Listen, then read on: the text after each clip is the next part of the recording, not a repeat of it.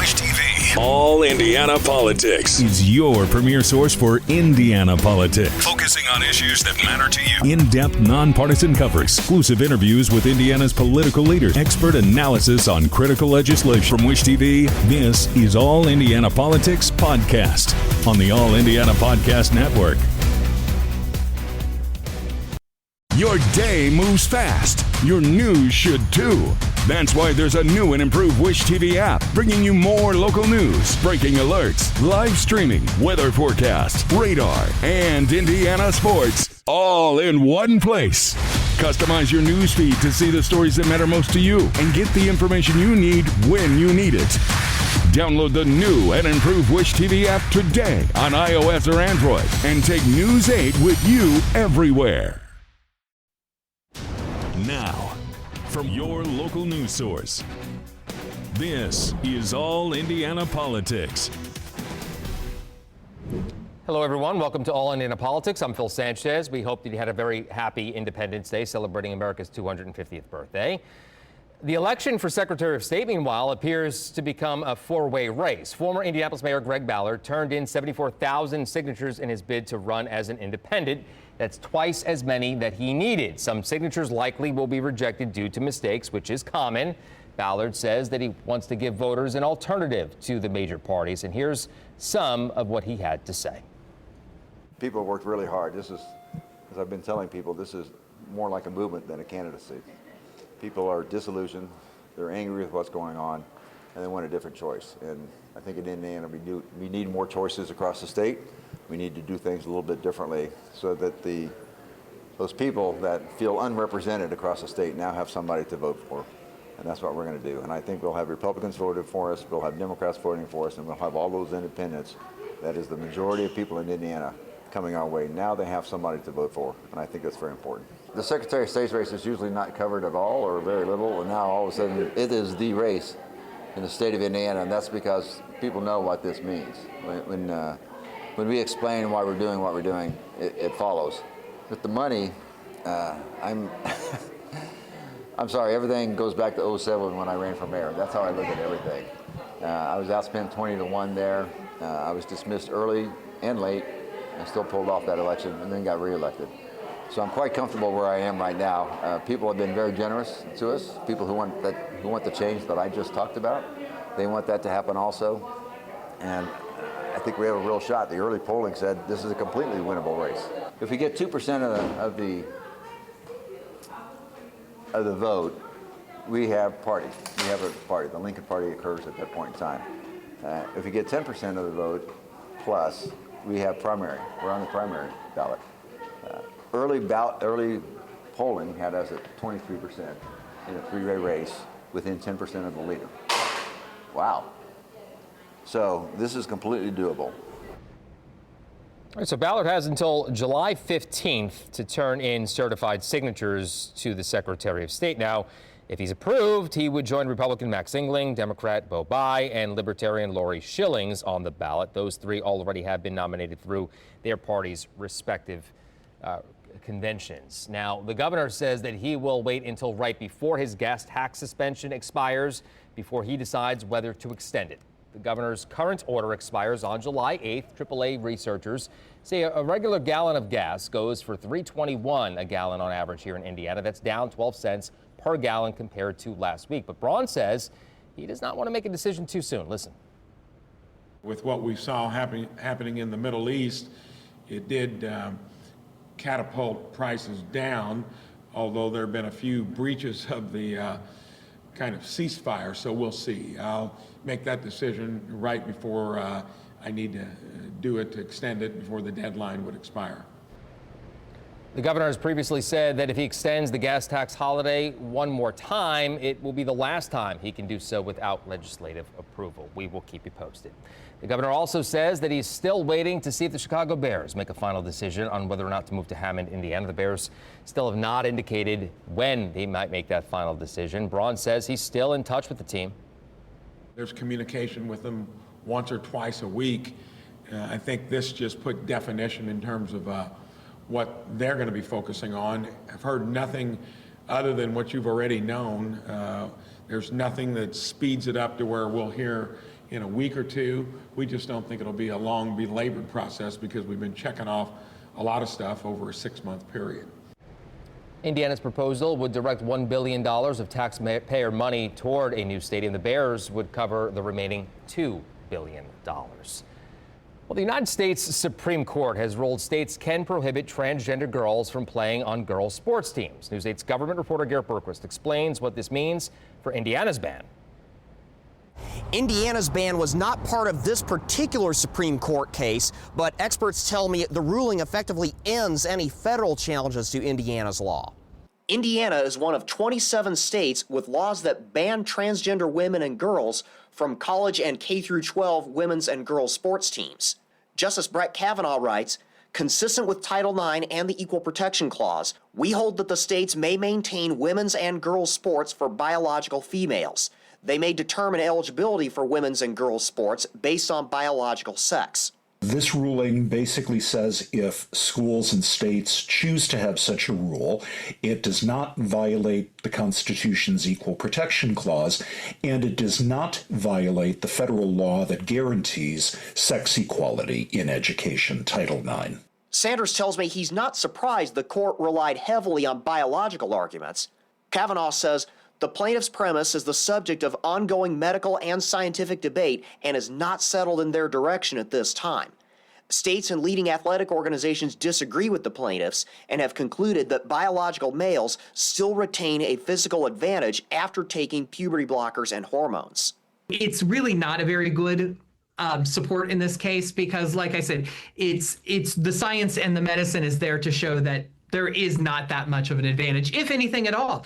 And it also, I think it sends a bad message to cisgender girls in this situation, saying that, you know, you're less than. Sanders and Byrne both say this case might potentially form the basis for a future ruling to ban transgender women from women's teams nationwide. I don't think it's a slam dunk. The Supreme Court surprises us all the time.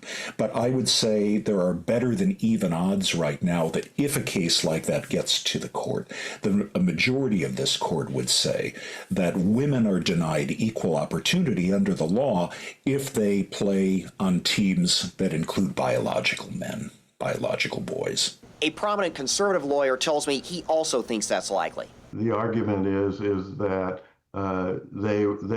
those protections apply to women and should protect them from men invading their private spaces, such as not only their sports, but their locker rooms and bathrooms. All right, coming up, Indiana's best political team talks Ballard's chances.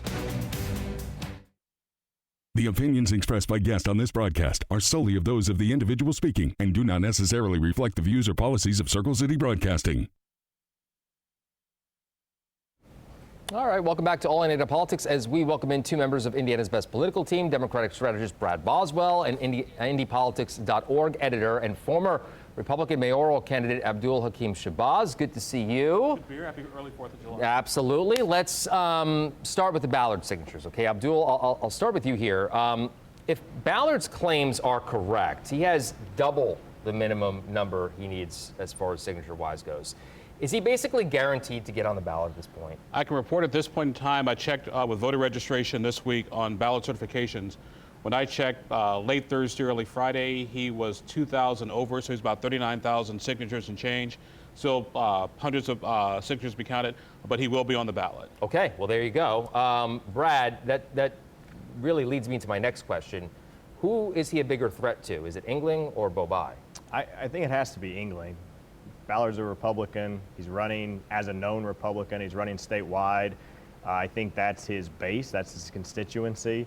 I think when he talks about, I'm giving people a choice that feel disenfranchised, that they don't have a place anymore, I think he's directly speaking to moderate Republicans that feel left out. He's certainly not speaking to people on the far left. So I think he's definitely more a threat to Engling's campaign. Your thoughts on that one too, Abdul? Actually, I think Ballard pulls from both because if you look at the Democratic convention where Bobai won 61-39, I've heard a lot of those Bly Potter supporters, just out of spite and anger and emotions, will probably pull a ballot for Greg Ballard. And at the same time, the Republicans who are sort of the Lugar, Mitch Daniels type Republicans who have no desire to vote for a Max England type could also go for ballot as well. So I think he's got a good shot at actually maybe pulling this thing off. Okay, so we'll see what happens. Staying with that strategy, though, Lori Schilling, as you guys very well know, has said that she wants 10% of the vote this fall. So that would allow the Libertarians to kind of start holding primaries. Does Ballard's presence affect that? Yes, and yes. Oh. Because my Libertarian friends, I normally get about 2 to 3%, maybe 5% sometimes during elections. I think because this election is so weird and so bizarre, I think they'll probably get 3, but 10 is kind of wishful thinking. Does that concern you, Brad, from the Democratic standpoint? No, competition's good. The more the merrier. Like, I think if people are in there and participating, that's a good thing. What I'm really interested in is if he can clear the 2% so that this Lincoln Party can get on the ballot, statewide in future elections. That's going to be super interesting for governor's races and other things going forward. But, the Libertarians will be okay. You think he gets there? I think he does. What about you? I think he gets there. Matter of fact, here's something else to think about, too. Under Indiana election law, and Brad, you can speak to this as well, if you win the county, you get spots on the election board. And so right now, election boards are like either 2 Democrats, 1 Republican, and vice versa. Greg Ballard wins 5 or 6 counties. That changes that equation as well. And the election boards are where the rubber hits the road on a lot of election matters here in Indiana. Your thoughts, Brad? That's true. More power to him. We'll see how it shakes out. And Abdul's right. Local elections matter a lot, and there could be some shakeups on a few boards if he can surpass Republicans in some counties. Abdul, as far as Diego Morales goes, okay, so how will Ballard's message resonate with some people that are Republicans without Diego? I think it still registers because Diego Morales was his own sort of creature by himself, and Republicans mitigated some of that by bringing in Max England.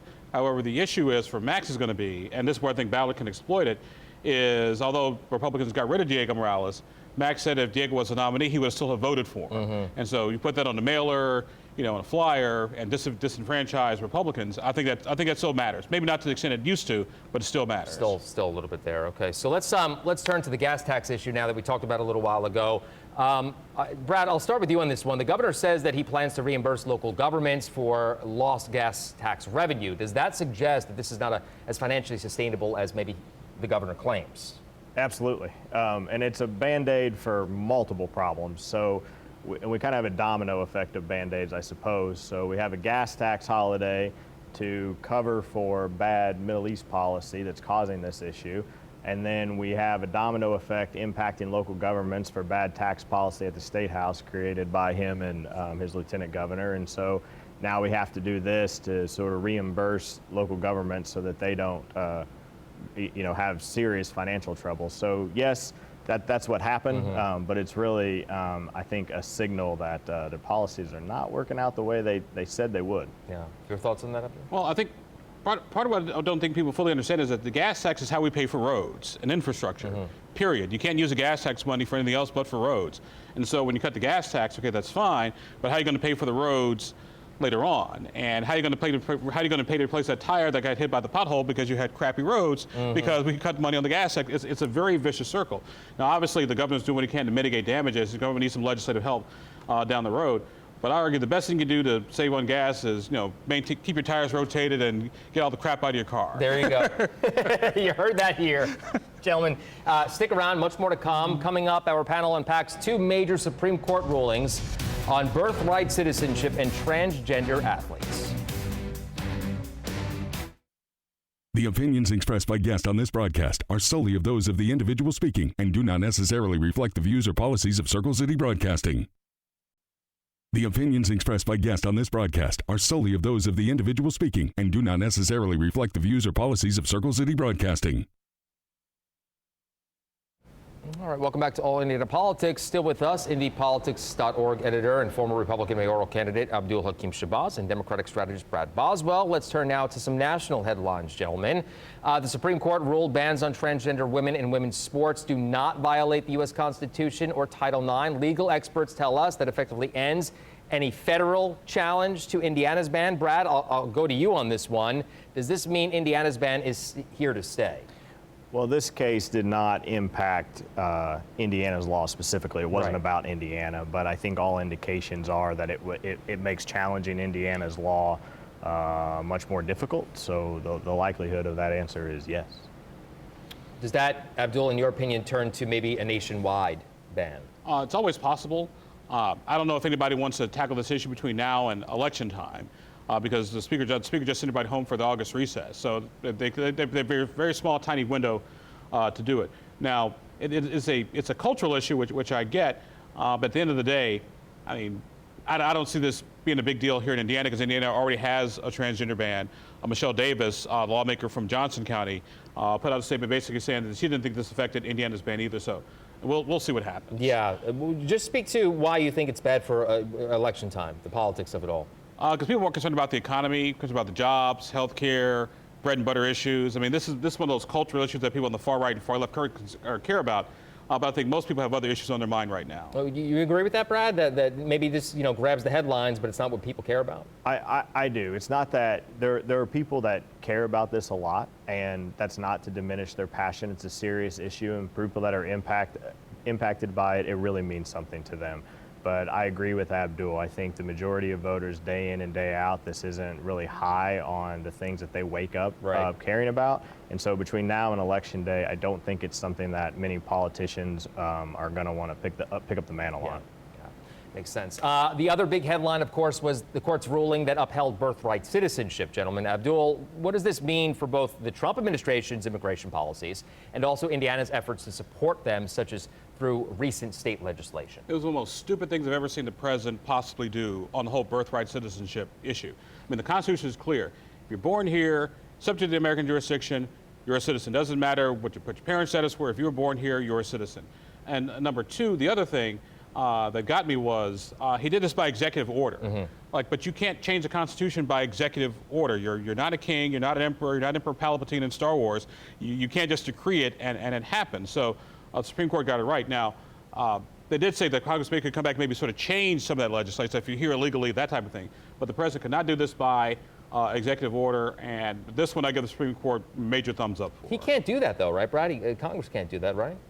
Well, I've never made a Star Wars reference in my life, but otherwise I appreciate Abdul using my talking points for me. I think in this case, Congress does have some power to play on the margins, but the reality here is that the 14th Amendment protects this issue pretty securely, which I think is the court's overarching point. Okay, so gentlemen, I appreciate you being here, and I want to close this show out with a nod to America's 250th birthday. This is for both of you, and it's a question that Americans have been asking themselves for nearly 2 centuries, if we're being honest. What would the founders think of America today, and what guidance do their writings hold for us? Brad, I'll start with you on this one. Well, the founding is certainly something to be celebrated. July 4th is something to be celebrated. But what we've learned from the founders after that revolution is, governing's complicated. It wasn't one person. These were complicated men and women, and their writings showcase that. The way they live their lives showcase that. If we are existing on purity tests and everybody has to be perfect, we're just going to bicker all day and nothing's going to get done. I think we have to find ways to collaborate together, to find the best in each other, to move forward with some common goals, and be okay just living our lives in a collective American sense, because that's the best way we can do it. And hopefully we can find more common ground in the years ahead. I think it's well said, Abdul. I think the founding fathers, if they were alive today, would be like, we don't always get it right, but eventually we do get it. If you look at our history, one of the first things the founders did after passing the Constitution was they passed a Libel and Sedition Act to put people in jail for speaking out against the new government. So we don't always get it right. We've had our differences. We had our civil wars that we fought, in part over slavery. We got that right. The women's right, we got that right. LGBT rights, we got that right eventually. Eventually, America does get it right. It may take a while. 250 years. We're not perfect by any stretch of the imagination, but in order to form a more perfect union, and we hold these truths to be self-evident, all men are created equal, endowed by the Creator by certain rights, life, liberty, and the pursuit of happiness. As long as we do that, I think we'll be fine. What about the infighting that we have? So, it's never been like this before. What do you think they would think of that? Actually, it has been. Oh. I mean, we have a tendency to sort of romanticize, history, but if you go back to what there was caning on the house floor at a time, and people getting shot. So we need to put things in perspective. We always have this thing about romanticizing history, like, these great orators, like these guys kind of hated each other for the most part, but they came together for the common good, which was to establish a republic. And eventually we'll get there. Maybe social media plays a role in that, Brad. Absolutely. Absolutely. Could you imagine Twitter in 1789? That Jefferson, he's a real dork. Gentlemen, good to see you. Thank you so much for being here. Thank you. Yeah, thank you. Thank you. Thank you. And we will be right back. The opinions expressed by guests on this broadcast are solely of those of the individual speaking and do not necessarily reflect the views or policies of Circle City Broadcasting. Well, thank you for joining us for All Indiana Politics this week. We hope you enjoy the rest of your Independence Day weekend, celebrating your rights and freedoms as an American. We'll, of course, be back here next Sunday. Have a great rest of your weekend.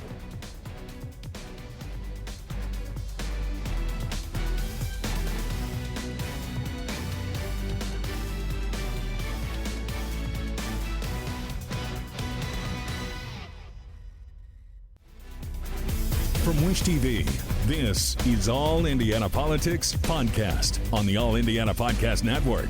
Watch All Indiana Politics live Sunday mornings at 9:30 on Wish TV and at wishtv.com. Subscribe to this podcast and listen weekly here on the All Indiana Podcast Network. And be sure to discover even more great podcasts at allindianapodcastnetwork.com.